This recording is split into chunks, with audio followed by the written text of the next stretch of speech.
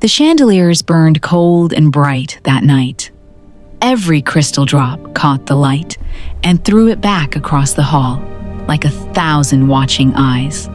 Serafina Morrow stood near the arched entrance of Ashvale Court, her midnight blue gown brushing the marble floor, her hands folded quietly in front of her, the way they always were when she was holding herself together from the inside. She did not look nervous. She had worked very hard to make sure she did not look nervous. But she was, because tonight was the moon ball, and tonight her mate was supposed to claim her. The moon ball only came once every 7 years. It was the oldest tradition in the Wolf Court, a night when fated bonds were honored publicly, when names were called beneath the ceremonial arch, when the sacred claiming words were spoken and sealed before witnesses, before elders, before the gods of the old moon themselves. It was the night she had waited for since she was 16 years old, and the first caught his scent across a crowded market square. Warm cedar and winter rain, a smell she had never been able to shake from her memory, no matter how many seasons passed. Bastian Crow, her mate. He stood beneath the ceremonial arch now, tall and handsome in his dark formal coat, and she watched him from across the hall, the way she had always watched him, quietly, patiently, with her heart sitting very still in her chest. He had not looked at her once since she arrived. She told herself that was fine. She told herself he was nervous too. She told herself the same thing she always told herself. The bell rang 3 times. The hall fell completely silent. And then, in a voice that carried clear and cold to every corner of the room, Bastian Crow looked up, not at her, but at the court. And he dissolved their bond. Right there, in front of everyone, in front of the candles and the chandeliers and 400 witnesses. He spoke the severing words without flinching, without looking at her once. And just like that, the thread that had lived in her chest for 6 years, the warm, stubborn, quiet thing she had protected through poverty and silence and hope, snapped. She felt it go. She did not make a sound. She stood very still, her hands still folded in front of her, and she did not make a single sound. And that stillness is what caught the attention of the 3 most dangerous men in the room. Before we go further, I want to ask something of you.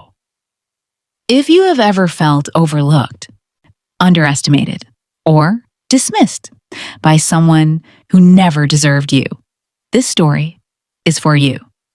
Please subscribe and turn on the notification bell right now. Not for us. For the next time you need a story that reminds you what you are worth. It takes 3 seconds. It costs nothing. And it means everything. Drop your city or country in the comments. We want to know where in the world you are watching from. Thank you. Now let's get back to the story.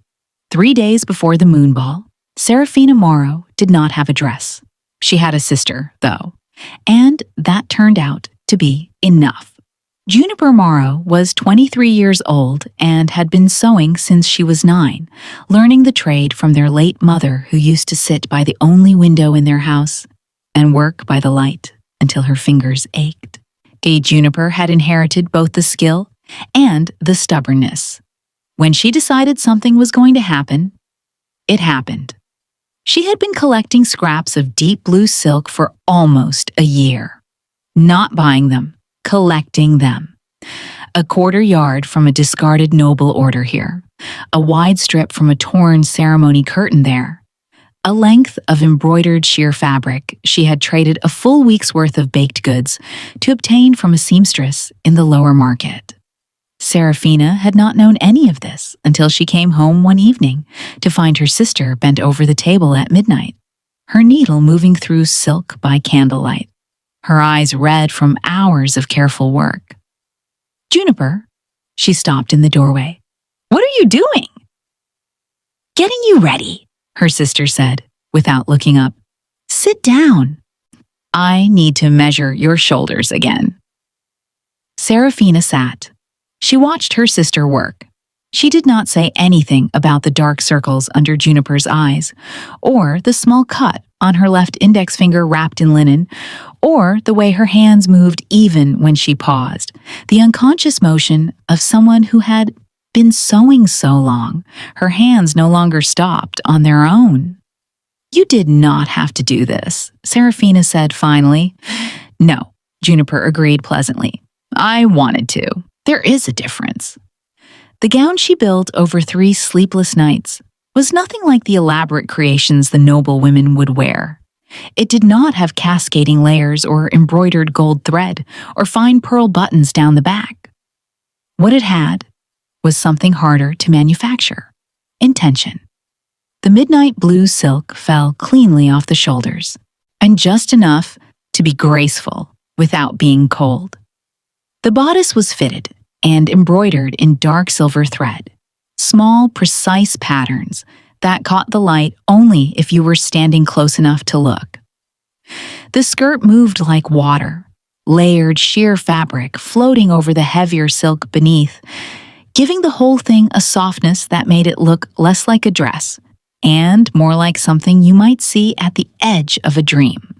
Serafina stood in front of the small mirror in their room the morning of the ball and looked at herself for a long time.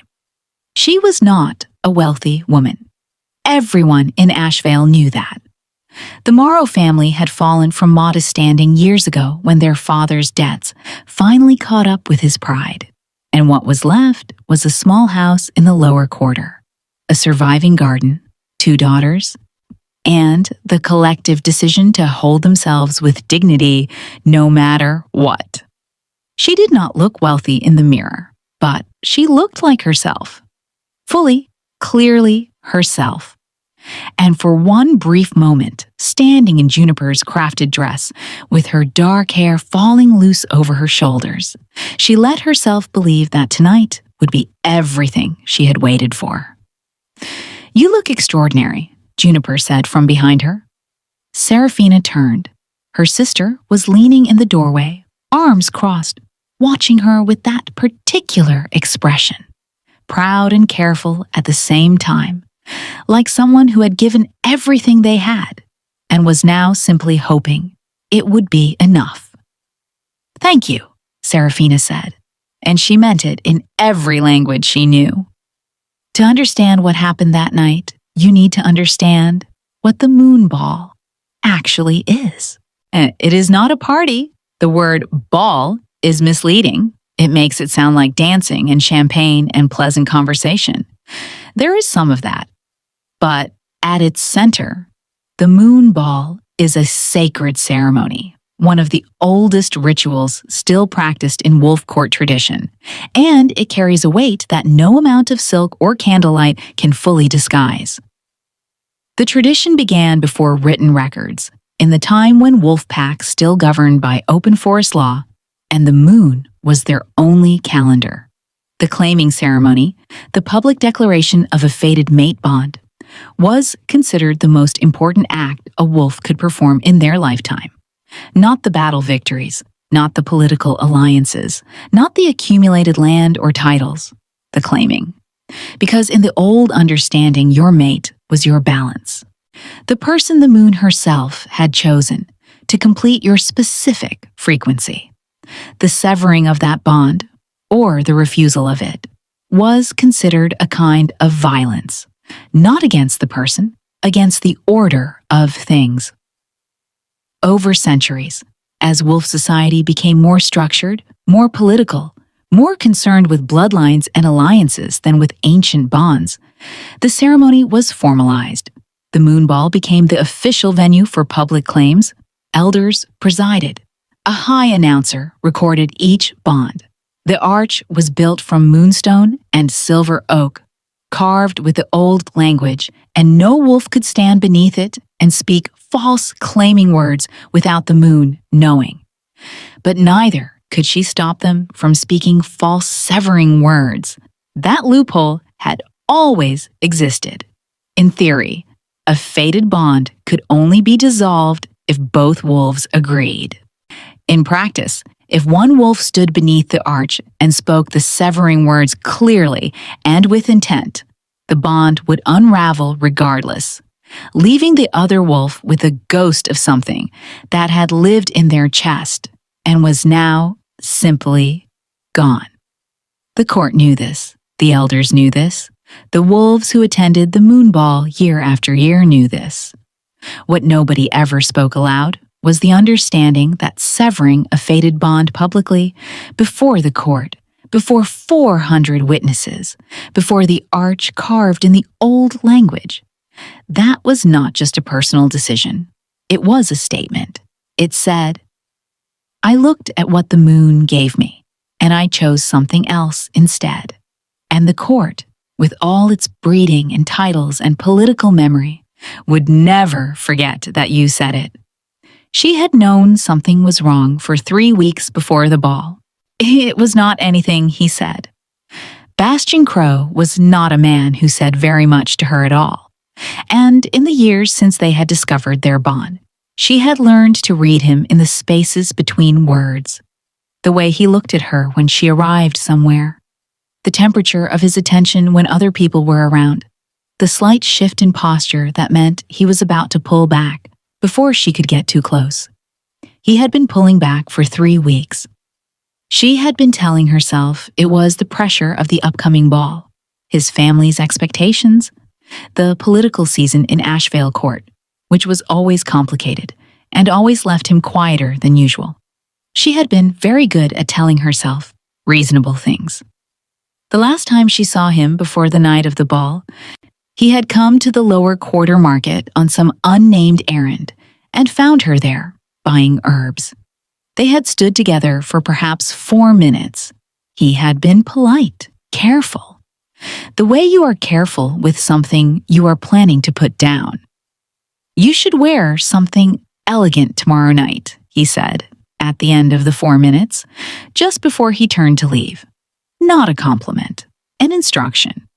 She looked at him. "I intend to," she said. He nodded and left, and she stood in the market with her bundle of herbs and watched him go and understood, in the part of herself that had always known things she refused to say aloud, that something had already been decided. She simply did not know exactly what. Now she did. The Moonball Hall smelled of candle wax and expensive perfume, and the particular nervous anticipation of 400 wolves all waiting for the same ceremonial moment. Serafina stood at the edge of the marble floor and watched Bastian from across the room. He was surrounded by his family. His mother, Lady Verena Crow, in silver and diamonds, her expression composed in the specific way of women who have decided something and made their peace with it. His father, Lord Cassian Crow, broad and silver-haired and speaking quietly to Elder Malus in a corner. And at Bastian's side, just slightly too close for a woman who was not his mate, was Isolde Ashwood, daughter of the Ashwood Pack, one of the oldest political bloodlines in the Southern Territory. Beautiful in the way that power always made things look beautiful, effortless, certain, how expensive. Serafina looked at the three of them, Bastian, Isolde, Lady Verena, and the shape of the evening assembled itself in her mind with brutal clarity. She did not leave. Some part of her thought about it. A very practical, self-preserving part of her said, quietly, "You could go now, before the bell rings, before any of this becomes public, and no one would have to see your face when it happens." She stayed, not out of hope. She had run out of that. She stayed because she refused to give any of them the satisfaction of her absence. If this was going to happen, it was going to happen while she was standing straight with her chin level and her hands folded and her midnight blue gown catching the light. The bell rang. The ceremonial arch at Ashvale Court was older than anyone in the room, carved from silver oak and faced with polished moonstone. It stood at the center of the hall, flanked by two tall white candles and presided over by Elder Melis, who was herself older than most people wanted to think about. She was a small woman with white hair and eyes that were still sharp enough to make younger wolves look away when she turned them in their direction. She had overseen more moonballs than anyone living and had seen more public declarations of bonds made and bonds broken than any other living elder in the wolf court. She was watching Bastion Crow very carefully as he stepped beneath the arch. The hall had gone quiet in the way that only happens when 400 people decide simultaneously to stop breathing. Seraphina stood at the edge of the floor. She had not moved from the spot she had chosen when she arrived. She was aware of people watching her. A few faces turned in her direction, already anticipating, some with pity and some with the particular hungry attention of people who enjoy witnessing difficult moments in other people's lives. She kept her eyes on Bastion. He looked at the court. His voice, when he spoke, was level, practiced. The voice of a man who had rehearsed this, who had said these words in front of a mirror or a trusted advisor until they came out smooth. By the laws of this court and the tradition of this hall, I stand beneath the arch to speak my truth before the moon and her witnesses. A murmur moved through the crowd. Seraphina did not move. I declare the dissolution of the fated bond between Bastion Crow of House Crow and Seraphina Morrow of the lower quarter. The bond is severed. The claim is withdrawn. My intent is my own. And then, because Bastion Crow was nothing if not thorough, he turned. He looked directly at Isolde Ashwood, who had positioned herself just outside the arch. And in its place, I declare my choice for the woman I would claim by will, Isolde of House Ashwood. The silence lasted 3 full seconds. Then the court erupted, not in outrage, in conversation. The low electric buzz of 400 wolves all turning to the person beside them to say, "Did you see that? Did you expect that? What does it mean for the crows? What does it mean for the Morrow girl?" And Seraphina stood in the middle of all of it, like the eye of something she had not chosen and could not stop. She felt the bond go. She had already described it once, the snap, the disappearance of the warm thread. What she had not expected was the cold that followed it. Not grief, exactly. More like stepping outside in winter without a coat. And understanding for the first time that you had been relying on a warmth you had not fully noticed until it was gone. She breathed through it, one breath and then another. She did not cry. She did not move toward him. She did not do any of the things that the watching court might have expected, might have hoped to see. The begging, the breaking, the undignified spectacle of a woman collapsing under humiliation. She stood exactly where she was, and she breathed. From across the hall, 3 men watched her do it. The first thing she did was look at Elder Melis. The old woman was watching her. Not with pity. Elder Melis did not traffic in pity. She was watching her with something else. Something that Seraphina could not quite name, but that felt unexpectedly like respect. Their eyes met across the ceremonial arch. Elder Melis gave the smallest, briefest nod. So small that if you were not looking for it, you would miss it entirely. But Seraphina was looking, and she caught it, and something in her straightened a little further because of it.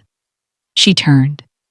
She moved toward the edge of the hall, not hurrying, not shrinking, just walking with the measured pace of a woman who had decided exactly what she was doing. The crowd shifted around her. Some people stepped back to let her pass. Some stared. A few had the decency to look away. She heard, as she moved, the sound of Lady Verena Crow saying something in a low, satisfied voice. she did not listen to the words. They were not for her. She thought about Juniper, at home, who had worked 3 sleepless nights to make her this dress. She thought about her mother, who had died when Serafina was 14, and who had told her once, in the matter-of-fact way she had of delivering important truths, that dignity was not something anyone could give you. It was something you carried yourself, and the only way to lose it was to put it down. Her mother had kept hers until the very end. Serafina intended to do the same. She was approaching the main corridor when she became aware that the texture of the crowd around her had changed. There were fewer people ahead of her now. Or rather, there were 3 people ahead of her who were not moving, and the crowd had naturally parted around them in the way a river parts around stone. She stopped. She had seen the Nightborn brothers from a distance before. Everyone in Ashvale Court had. You could not attend any formal event in the Southern Wolf territory and not know who they were. The twin alphas of the Nightborn dynasty, Evren and Leander, flanking their older brother, Alaric Nightborn, the Alpha King, who ruled the most powerful wolf house in 4 territories, and who was currently standing in the middle of the exit corridor, with his hands clasped behind his back and his dark gaze fixed on her with an expression she could not read. She looked at all 3 of them. They were tall, all 3, and built in the way of men who did not need to announce their strength, because it was simply apparent in every line of them. They wore the Nightborn ceremonial black, long structured coats with shoulder detail in dark silver, fitted and precise. The kind of clothing that said, "This is not decoration. This is armor we chose." Their faces were striking and serious, and none of them were smiling. Evren, on the left, watched her with an intensity that felt almost protective, as if he had already decided something. Leander, on the right, watched her with something sharper in his eyes. Analytical, curious. And Alaric stood between them and simply looked at her the way the sea looks at the shore, patient, enormous, and completely certain of its own depth. None of them moved to let her pass. She held herself very still and waited. Evren spoke first, which surprised her. He was the quieter of the 2 twins. She had heard that from the few whispered court conversations she had caught about the Nightborn brothers. And yet it was his voice that reached her first. "You did not beg," he said. It was not a compliment exactly. It sounded more like the noting of a fact. Serafina looked at him steadily. "No," she said. "I did not." "You should have," Leander said from her right, and his voice was warmer than his brother's, edged with something that might have been dry amusement. "That is what the court expected. You denied them their scene." "I know," she said. "That was intentional." A brief silence. Alaric had still not spoken. He was watching her with those deep, still eyes, and the weight of his attention was not aggressive. It was simply thorough. She had the distinct feeling of being seen completely, and it was both more comfortable and more unsettling than she expected. "Your name is Serafina Morrow," Alaric said. His voice was quieter than she expected for a man of his standing, deliberate. "It is. We know your family name," Alaric continued. "More specifically, we know your mother's family name, the one she stopped using before you were born." Serafina went still in a different way now. Not the controlled stillness of someone holding herself together, the stillness of someone who has heard something she was not prepared for. "My mother did not speak of her family," she said carefully. "She had her reasons," Alaric said. His expression did not change. "So did we, in not approaching you before tonight, but some circumstances change what is appropriate to wait for." He glanced, almost imperceptibly, back toward the hall she had just left. The faint sound of the court reforming itself after its shock still carried through the corridor. "What do you want?" she asked. She was not rude about it. She was simply very tired, and she had learned that direct questions saved everyone time. Alaric looked at her for a moment that felt longer than it was. "We want," he said carefully, "to have a conversation. Tonight, if you are willing, not here." She studied him. Then she studied his brothers in turn. Evren's quiet watchfulness, Leander's contained intelligence, and she made the calculation that she was making constantly, had always made, would apparently always have to make. Who was safe? What was true? What was the right thing to do next? "All right," she said, "a conversation." She was not agreeing to anything else, but she was agreeing to that. And she walked forward, and the three Nightborn men turned and walked with her, and the court that had watched her humiliation now watched something entirely different, and did not yet know what to make of it. The private antechamber off the main corridor was used by the court for quiet negotiations. Neutral ground, firelit, lined with bookshelves that no one ever read. A round table, 4 chairs, a window that looked out over the Ashvale Gardens in the dark. Seraphina sat in one of the chairs. Alaric sat across from her. Evren stood near the window. Leander leaned against the bookshelf with his arms crossed, and his expression calculating in a way that felt less threatening than it looked. Nobody offered her tea or wine or any of the pleasantries. She was grateful for that. "Before you explain," she said, "I want to know one thing. How long have you known who I am?" "Long enough that tonight was not a surprise to us," Alaric said. "Meaning?" He took a breath. "Meaning we have known about your mother's bloodline for 2 years. Meaning we have been watching the Crow family's behavior toward you for 6 months. And meaning," he said, "that we did not interfere before tonight, because it was not yet our place to interfere. Your bond with Crow was a private matter, until he made it a public one." She held that. "And now that he has made it public?" Leander answered this time.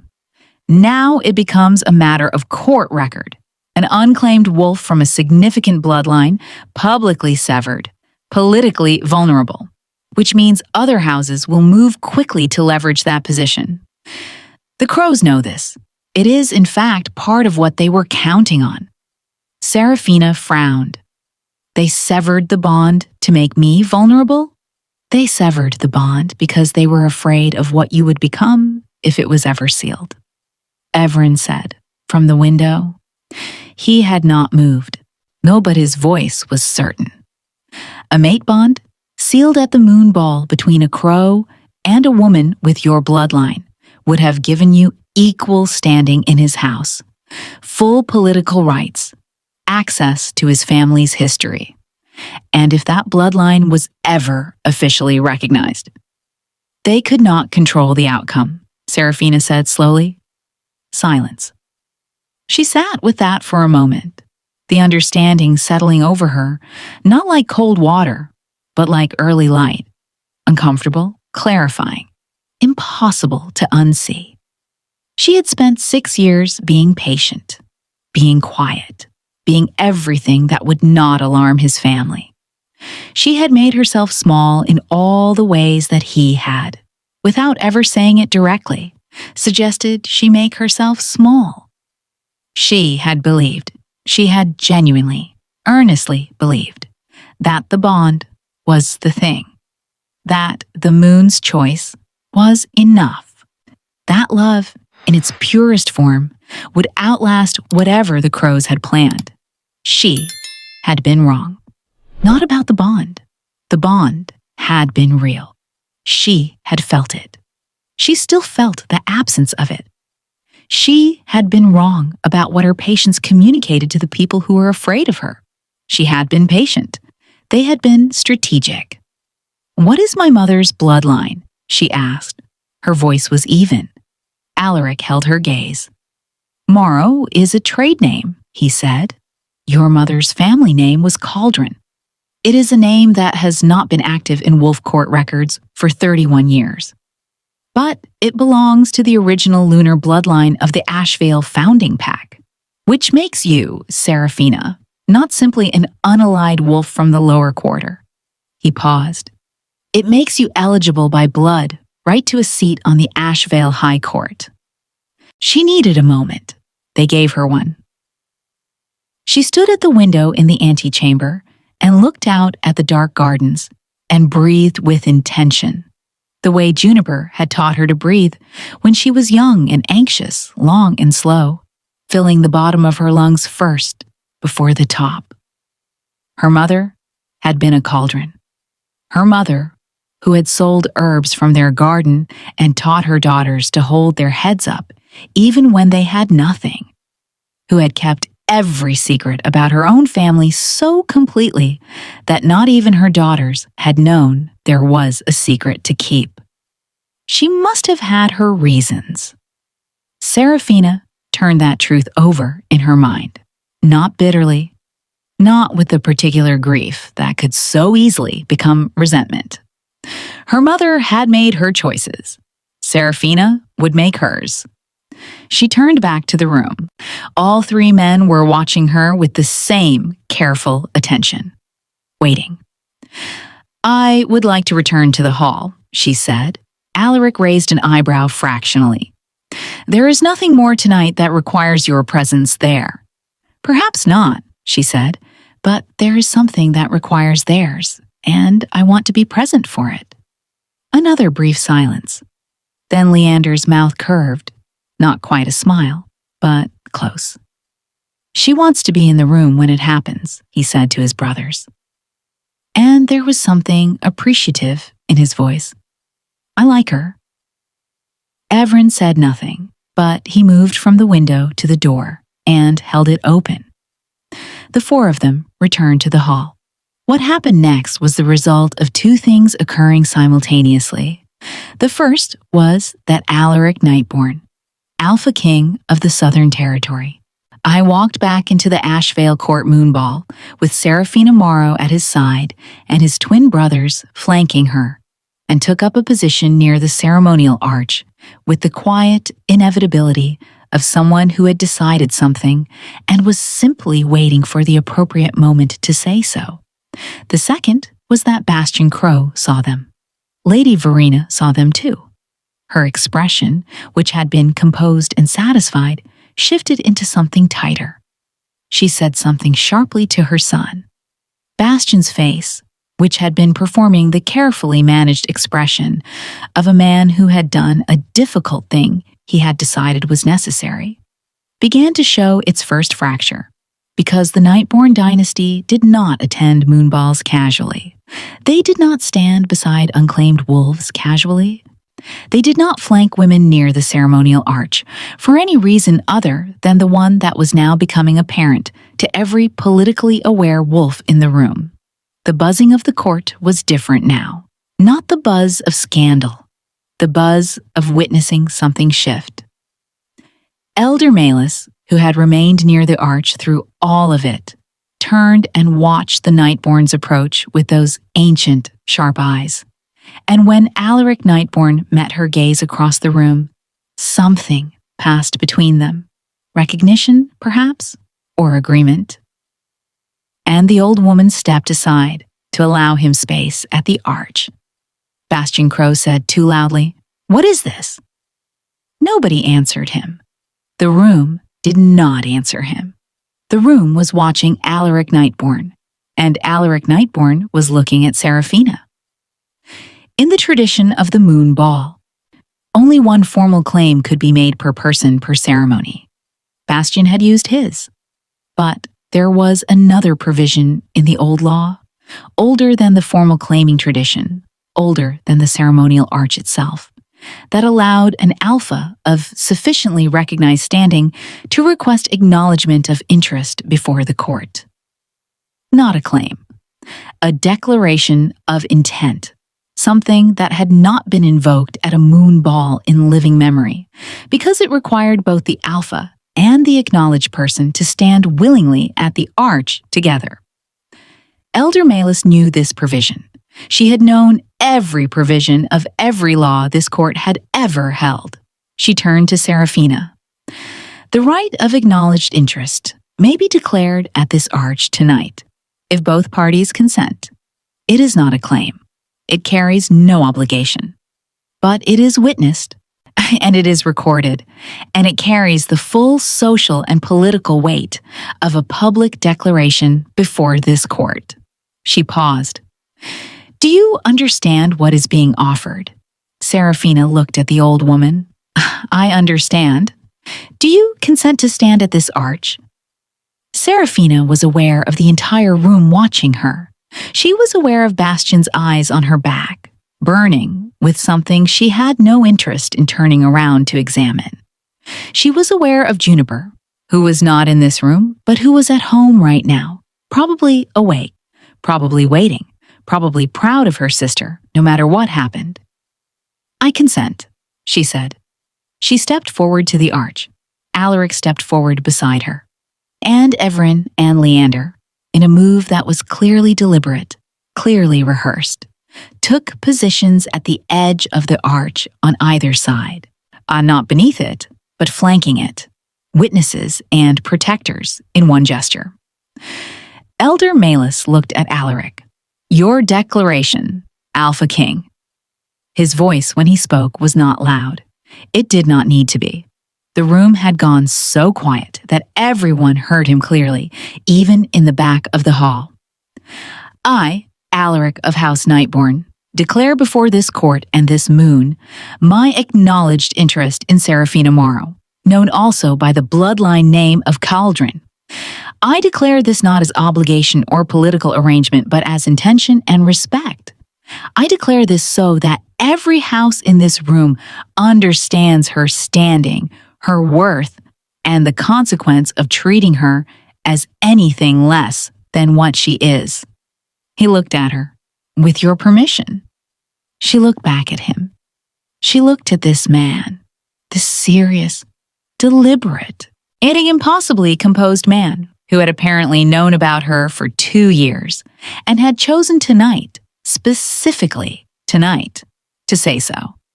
And she made the decision she had been moving toward since she first walked back into this hall. You have it, she said. The court erupted again. Differently this time. This was not shock alone. This was the particular noise of political realignment, of 400 wolves recalculating everything they thought they knew about the shape of the evening. And through all of it, Bastian Crow crossed the hall. She knew he was coming before she heard him. She felt the specific quality of the disruption in the crowd. People moving aside the way they did for someone moving with urgency and not enough dignity. And she turned just in time to see him stop, 3 feet from her, his face stripped of everything composed. He looked at her, then at Alaric, then back at her, and then in front of the court and the candles and the ceremonial arch and the 400 witnesses and Elder Malus and the Nightborn twins and every person who had watched him dissolve their bond an hour earlier. Bastian Crow went to his knees. His hands came up, palms pressed together, in the old posture of formal supplication. Seraphina! His voice cracked on the word. I made a terrible mistake. I was pressured. My family. I did not choose this freely. Please, if you would consider Bastian. Her voice was quiet, not cold, not angry, just quiet and entirely certain. Stand up. He did not stand. I am asking you.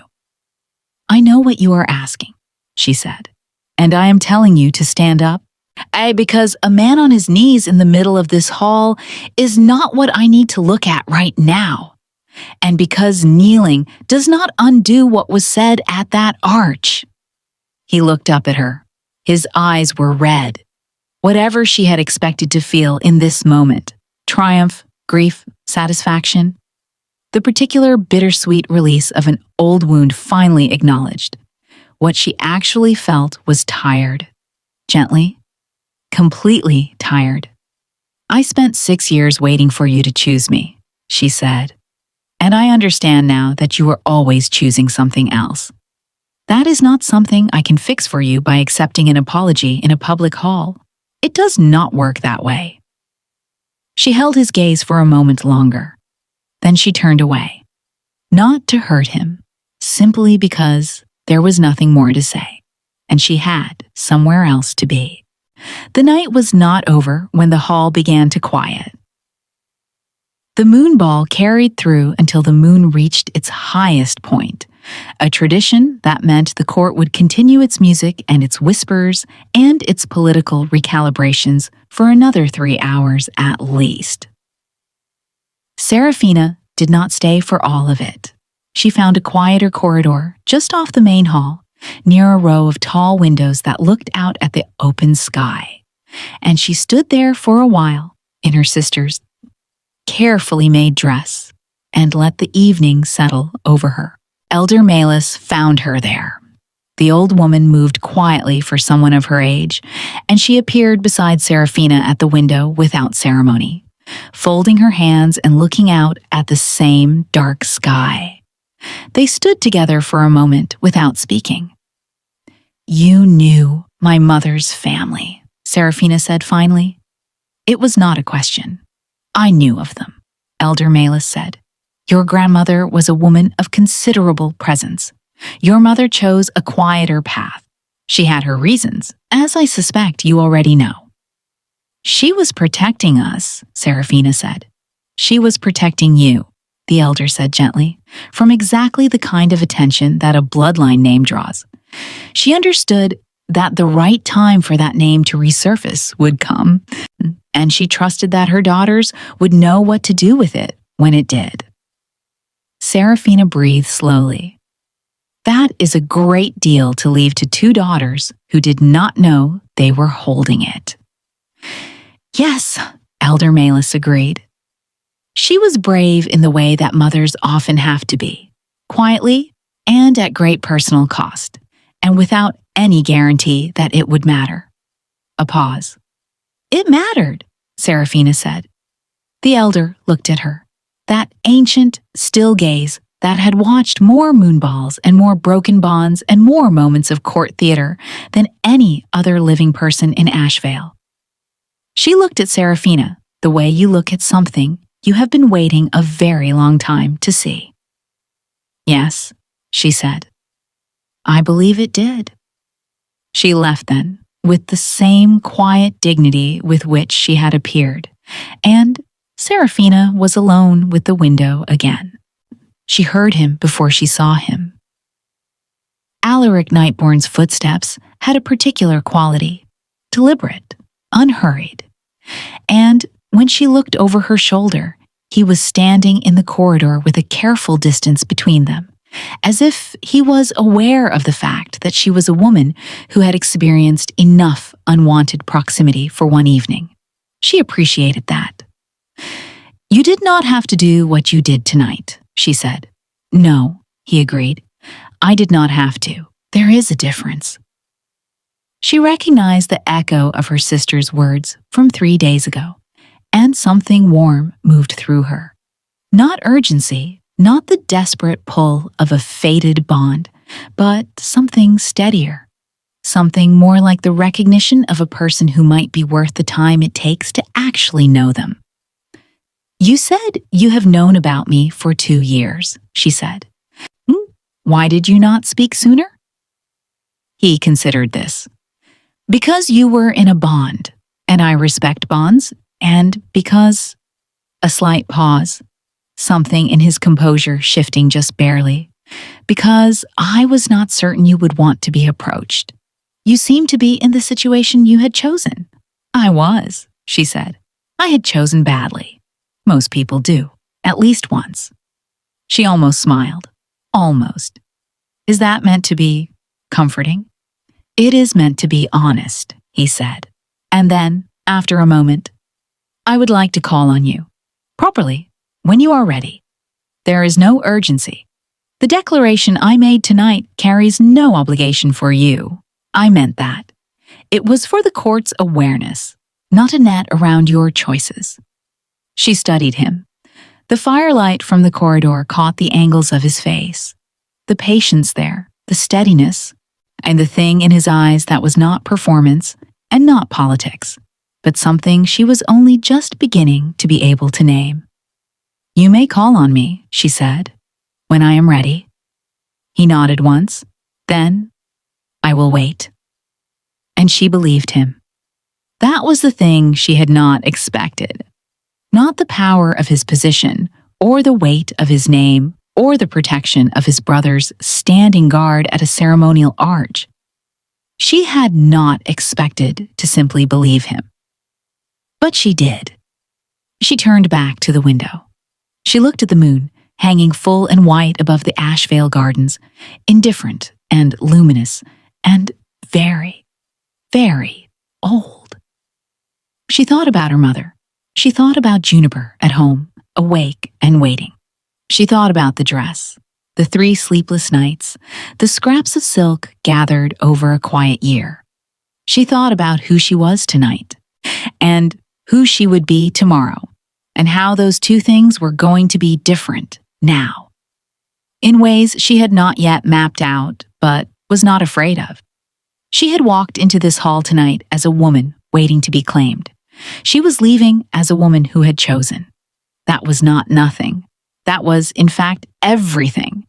Juniper found out everything in stages. First, she heard about the rejection, which Serafina told her the morning after the ball, sitting at their small kitchen table with tea going cold between them. Juniper had been very quiet through that part, and then very loud for a few minutes in a way that involved several choice words about the Crow family that Serafina chose not to repeat. Then she heard about the Nightborn brothers, which took longer to explain. Then she heard about the bloodline. She was quiet again for a very long time after that part. Mom knew, she said finally. It was not a question. She knew, Serafina confirmed. Juniper looked down at her tea. Something moved across her face. Grief and pride and love all at once, tangled together the way those things always are when you find out that someone you have lost was even larger than you knew. She must have been so tired, Juniper said softly, carrying all of that, all those years, and not saying. She must have been, Serafina agreed, but she left it to us, and we are still here. Juniper looked up. Her eyes were bright. Well, she said, then we had better figure out what to do with it. And Serafina, for the first time since the night of the moonball, let herself smile. Not the controlled, careful expression she wore at court. A real one, a wide and warm and entirely her own. Already working on it, she said. Outside, the morning was gray and beginning to warm. The garden was quiet. The herbs were growing. Everything was different now. And everything was, in some essential way, she was only starting to understand, exactly as it should be.